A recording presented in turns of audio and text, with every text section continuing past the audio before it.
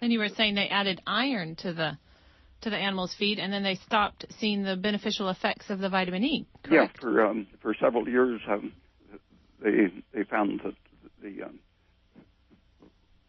apparently supplemented feed no longer cured the brain degeneration, and they found that the vitamin E was being destroyed right in the product by the presence of iron.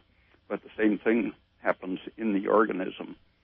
Vitamin E and polyunsaturated fats are very interactive and pro-oxidative.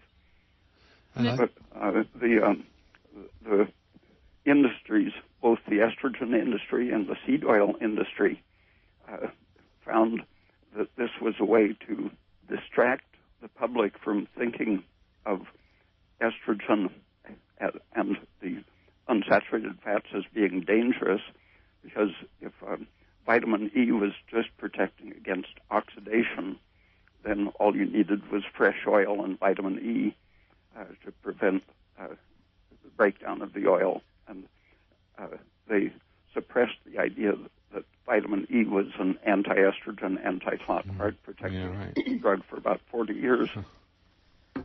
And this made me think about prenatal vitamins. When a woman is exposed to much higher estrogen levels, I know eventually it's also much higher progesterone levels, but prenatal vitamins have a large dose of iron and large dose of vitamin C, like we were also talking about, that gets destroyed with iron as well.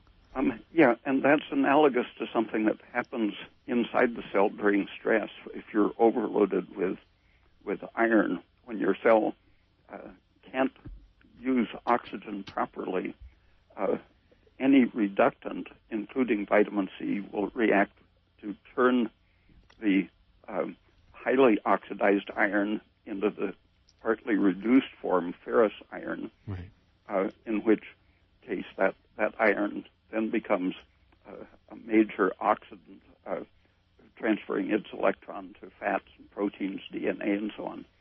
And about 10 years ago, a free radical researcher put some vitamin C. First, he started with a 500 milligram commercial tablet, dissolved in a liter of distilled water, and found it produced a terrible intensity of free radicals.